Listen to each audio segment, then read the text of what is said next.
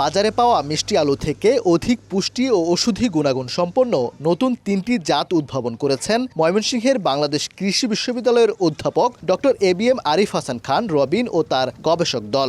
জাত 3টির নাম দেওয়া হয়েছে বাও পটেটো 7, 8 এবং 9।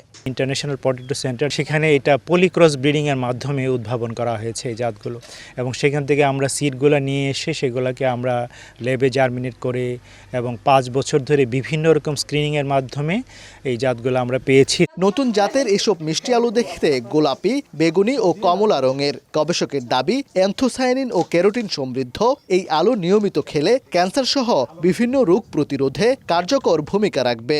এই জাতগুলো ছড়িয়ে দেওয়ার জন্য আমি মনে করি বাংলাদেশ কৃষি বিশ্ববিদ্যালয় ছাড়াও বাংলাদেশ সরকারের DAE কৃষি সম্প্রসারণ অধিদপ্তর ব্যাপকভাবে ভূমিকা রাখতে পারে। সারা বছর চাষযোগ্য এই আলু 90 থেকে 100 দিনে ঘরে তোলা সম্ভব। প্রচলিত জাতের চেয়ে ফলন পাওয়া যায় 3 গুণ বেশি। লাভবান হবেন কৃষকরা।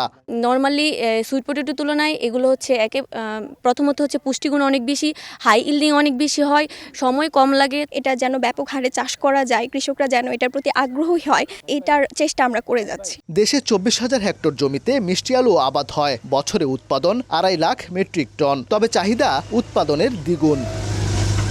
উদ্ভাবিত এই জাতগুলো ফলনে কম সময় লাগার কারণে একদিকে যেমন লাভবান হবেন কৃষকরা, তেমনি এই আলুতে বাড়তি পুষ্টিগুণ থাকার কারণে উপকৃত হবেন ভোক্তারা। নতুন এই জাতগুলো কৃষকের হাতের নাগালে পৌঁছাতে কাজ চলছে বলে জানিয়েছেন এই গবেষক। ওবায়দুল হক, সময় সংবাদ, ময়মনসিংহ।